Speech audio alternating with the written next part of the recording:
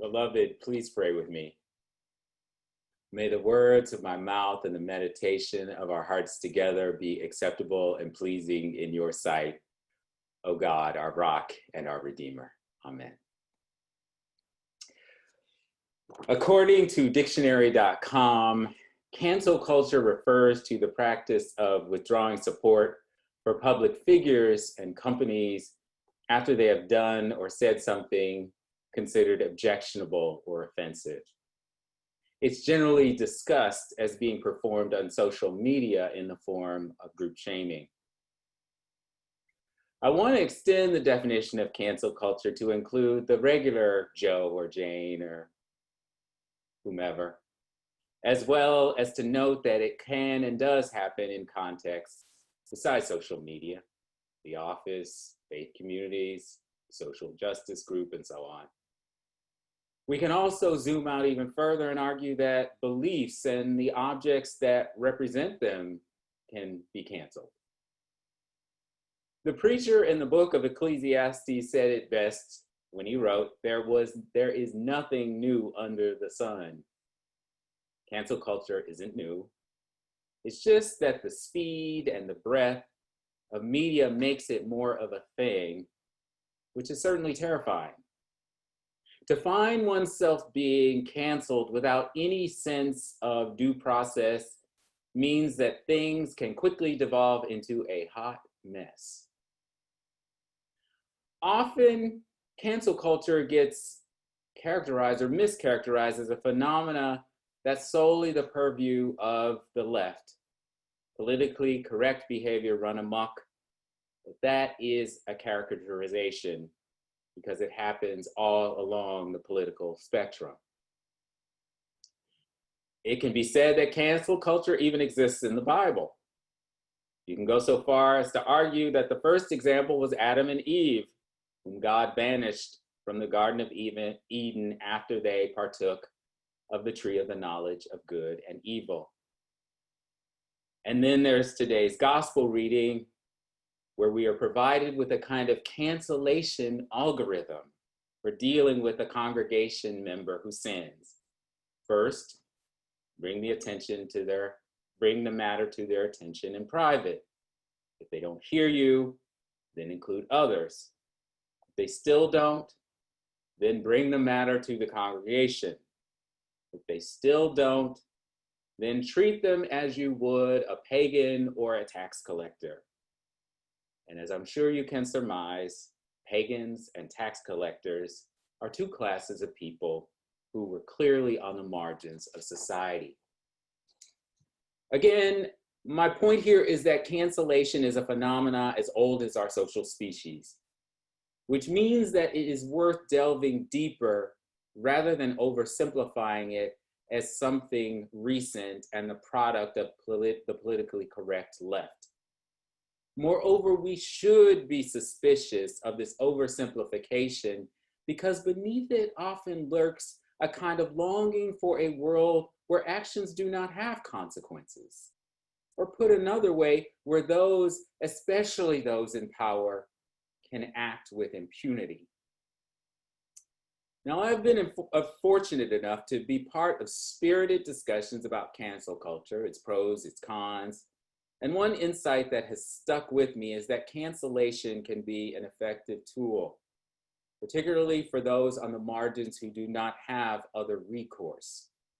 To boycott or call out someone who has said or done something racist or sexist or homophobic, etc., may be warranted, especially if there is a persistent pattern or if the person fails to show remorse for their actions. Think about today's gospel reading. We should always pay attention to the reaction of the canceled party to give us some insight into whether there is any remorse or willingness to be transformed. If the person positions themselves as martyred or aggrieved, then we should be suspicious. However, if the person expresses regret and or a willingness to learn from the episode, then we should see the effect as a net positive, or as Matthew puts it, you have won them over. I also think it's important to point out that as awful as cancellation can be, it is nothing compared to the literal cancellation of bodies through acts of violence and terror.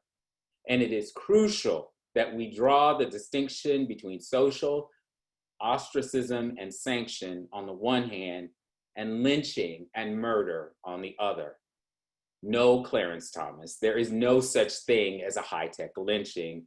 And no, Donald Trump, your impeachment was not a lynching. Conflating forms of ostracism with the very material consequences of murdering human bodies is a bridge too far and an analogy that is an abomination, period. The truth is, cancellation is necessary if we are to end the long history of white supremacy in this nation. We have far too long believed that we could serve two masters, a little democracy here, a little white supremacy there. We can't. Therefore, the Confederacy and all that it represented must be canceled. Yes, there's a debate as to whether the statue should be destroyed or placed in museums situated within a framework that acknowledges them as part of a shameful history. And frankly, I'm okay with that. Cancellation is necessary if one cannot comprehend that women, transgender, and non-binary persons are human beings who deserve to be treated with dignity and respect in all sectors of civil society. Therefore, laws that diminish or deny access to their lives, liberties, and pursuits of happiness must be canceled. And individuals and institutions that are complicit must also be held accountable and potentially canceled if warranted. In reflecting upon cancel culture, though, I cannot help but be reminded of Amy Cooper. Amy Cooper was the white woman who called the New York Police Department on Christian Cooper, a Black man of no relation, because he dared to tell her to obey the city ordinance that required her and all residents to keep their dogs on leashes in Central Park. I'm sure many of you know the story and have seen the chilling video footage, which, as it turns out, happened the same day as George Floyd's murder. For many folks, myself included, it was a profoundly disturbing affirmation of how whiteness gets weaponized to destroy Black life.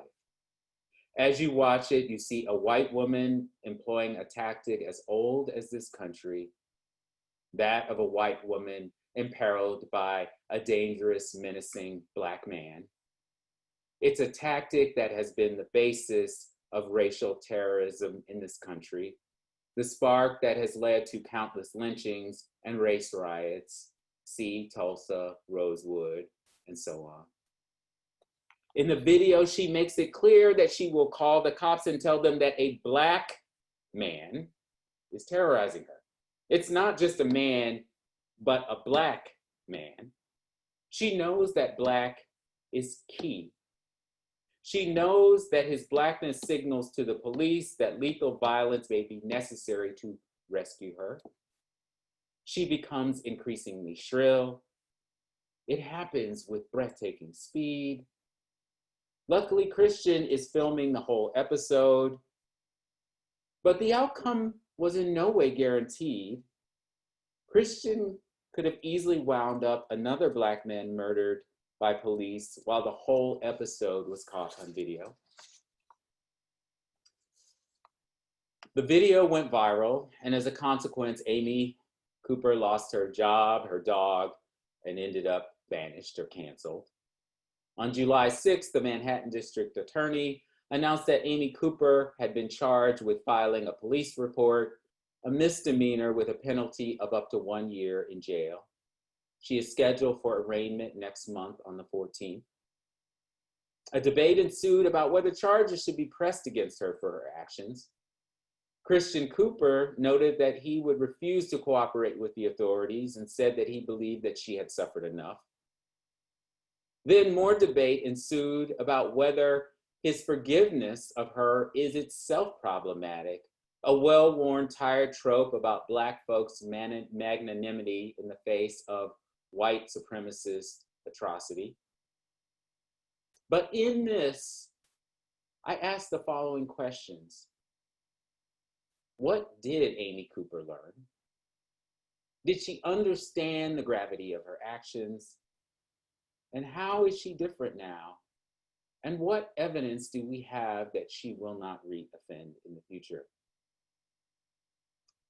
It's in these questions that I'd like to think we might begin to explore what I call a kind of holy cancellation, which I define as a practice that is rooted in a deep and abiding restorative hope in transformation rather than annihilation. This is where I see a difference, perhaps, between what we see in the world and how we should behave as a people of faith. Matthew points to a thoughtful step-by-step process rather than an unskilled, undisciplined method to resolve an offense. And we desperately need this example. In today's culture of instantaneous access, of likes and dislikes, it is far too easy to respond and react without taking the time to delve into matters with rigorous intentionality that yields soulful response and consideration. Yes, of course, there are excesses in social justice efforts, or what my dear friends in the struggle have called movement fundamentalism.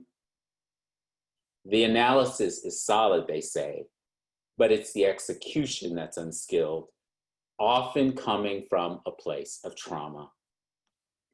This can't be overstated, beloved, the bit about trauma, because oppression is first and foremost trauma. It lives in our bodies.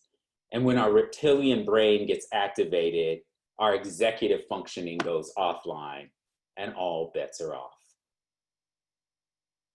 But the good news is that we at Hope Central are actively working to understand how our trauma impacts our capacity to do the work of liberation. And we are beginning to incorporate these practices into everything that we do.